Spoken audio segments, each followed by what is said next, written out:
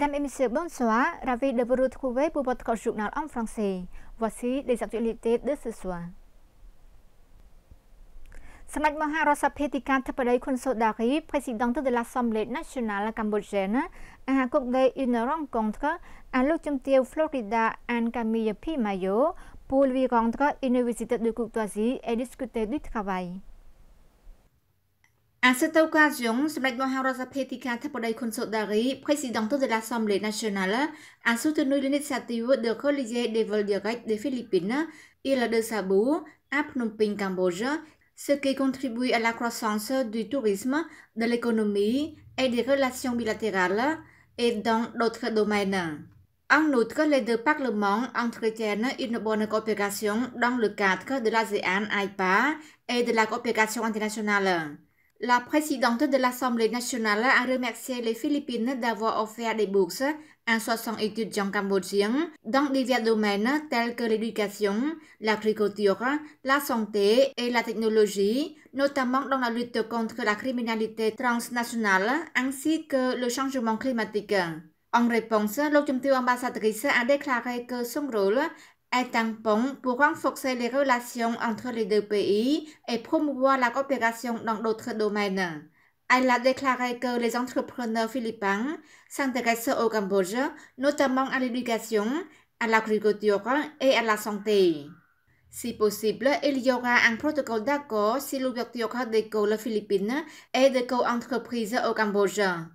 Au cours de la rencontre, l'ambassadrice des Philippines au Cambodge a également remercié le Cambodge pour avoir aidé les Philippines à prévenir la traite des êtres humains. Son Excellence le général Tesseha, vice-premier ministre et ministre de la Défense nationale, a présidé hier matin la cérémonie de remise des médailles au casque bleu cambodgien de l'escadron du génie multidisciplinaire numéro 423 qui ont accompli avec succès une mission humanitaire sous les aides de l'ONU en République centrafricaine. À cette occasion, Son Excellence le général Sam Sovani, premier vice-président du Comité national et directeur général du Centre national, a déclaré que le Cambodge compte actuellement un total de 627 soldats de maintien de la paix, dont 131 femmes, et ont accompli la mission sous les aides de l'ONU dans 4 pays.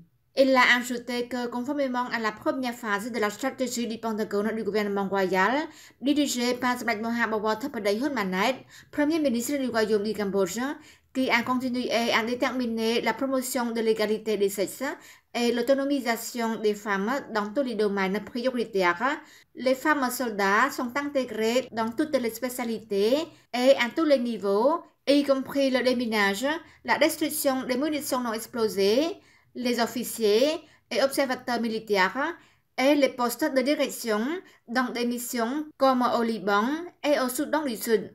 Son Excellence le général Tesseha, vice-premier ministre et ministre de la Défense nationale, a félicité les forces de maintien de la paix de l'escadron spécial du génie numéro 423 pour avoir terminé avec succès sa mission en République centrafricaine dans le cadre d'une mission internationale pour la cause de la paix et de l'humanité.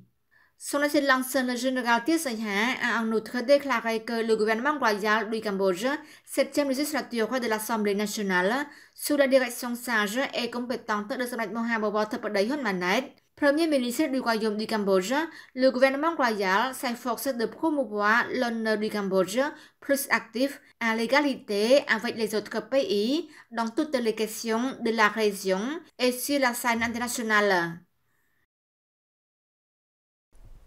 Son Excellence Ogna Mohamantri Kuisupol, conseiller personnel du roi et ministre d'État chargé des affaires générales du ministère du Palais Royal, a présidé une réunion sur les travaux de restauration et de conservation des temples dans l'enceinte du Palais Royal.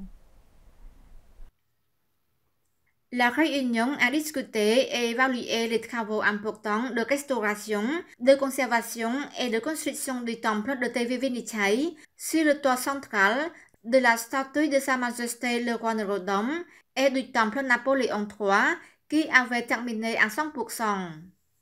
Son Excellence ông Nga Mohamed Kuisopol a fourni quelques commentaires qui sont des autres recommandations de secrétaire Vivian Consomol, l'un des plus grands architectes du pays, concernant la préservation de l'architecture originale des bâtiments. Après la réunion, Son Excellence ông Nga Mohamed Kuisopol et sa délégation ont inspecté tous les travaux importants ci-dessus. Lors de sa visite, Son Excellence Kuisopol a exprimé sa chaleureuse gratitude aux architectes, ingénieurs et techniciens qui ont travaillé dur pendant de nombreuses années pour restaurer les temples et les autres réalisations dans le palais royal avec la haute qualité. La Direction générale de l'identification du ministère de l'Intérieur a organisé hier matin un séminaire sur la mise en œuvre des travaux d'identification conformément à la loi sur l'état civil, les statistiques de l'état civil et l'identification, ainsi qu'au plan stratégique national d'identification phase 2. Le séminaire s'est déroulé sous la présidence de Son Excellence Park Hong-pan, secrétaire d'État à l'Intérieur. La Direction générale de l'identification du ministère de l'Intérieur, en collaboration avec Vital Strategy, Global Health Advocacy Incubator, le UNHCR et Plan International, le séminaire a été organisé pour la 4e fois avec 4 objectifs principaux.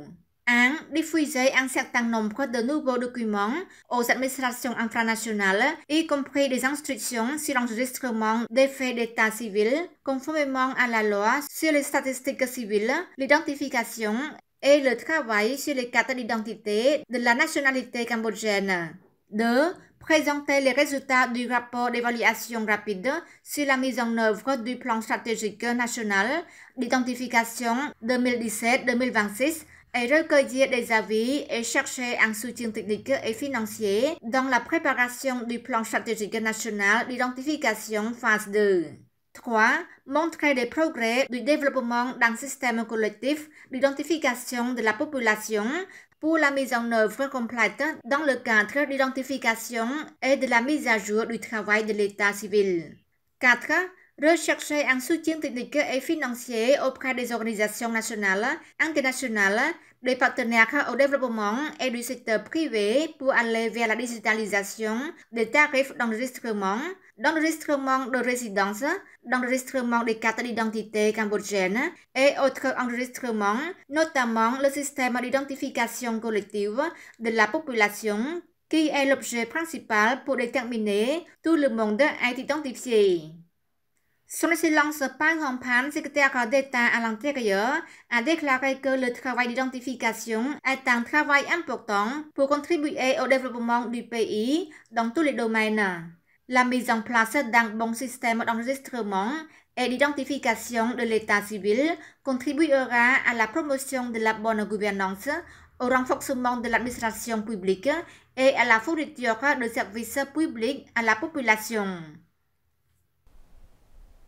C'est la fin de notre journal. Merci pour votre fidélité.